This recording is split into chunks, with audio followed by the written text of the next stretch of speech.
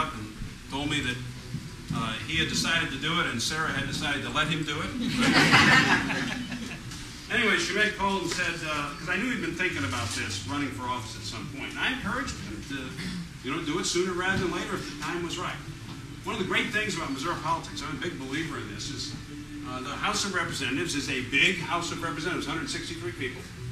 And so the districts are small, which means you don't have to have been in politics for 10 years to run for the legislature like you do in some states. I mean, you can get out there and you can do it, and you can do it largely door to door, which is what he's doing, particularly in a suburban district. And I encouraged him to do it, and he told me he was going to do it, and I thought, well, that's a good thing. It's good for Shemed because he's going to enjoy it, but it's even better for the people of West St. Louis County and the people of the state of Missouri. You know, it's great that we have all this information coming at us today in politics, but one of the downsides of it is there's a danger that people can be a mile wide and an inch deep.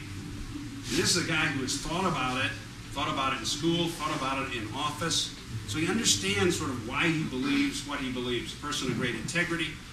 He's attached to the common sense conservative principles that animate most of the voters in the state of Missouri and certainly in West St. Louis County. So it's a pleasure for me to be here on his behalf. I know he's going to do a great job, and I give you Shemed Dogan, the next state representative.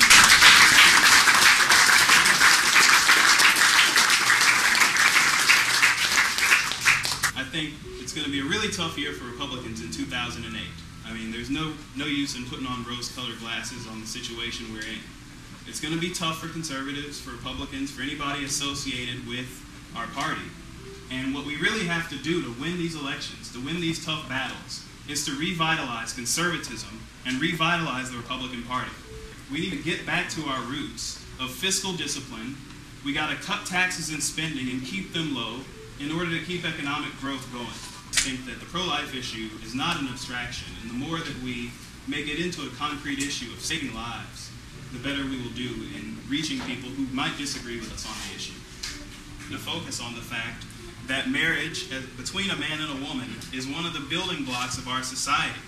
It keeps us free, it gives people a structure for their lives, and there's a lot of societal problems that we have that would be made a lot better off if traditional marriage were preserved, and we just have to return to that. We have to, as a party, champion that value. Is we should not hold kids hostage to a system that is failing them. The point of education is to teach kids, and if a school system is failing in doing that, we ought to consider other things. And so I support alternatives like charter schools, like scholarships for kids to attend non-public schools, and I think that the more freedom we give people in education, the better off they'll be, and the more educated our kids will be, and the more prepared they will be to enter into the modern world.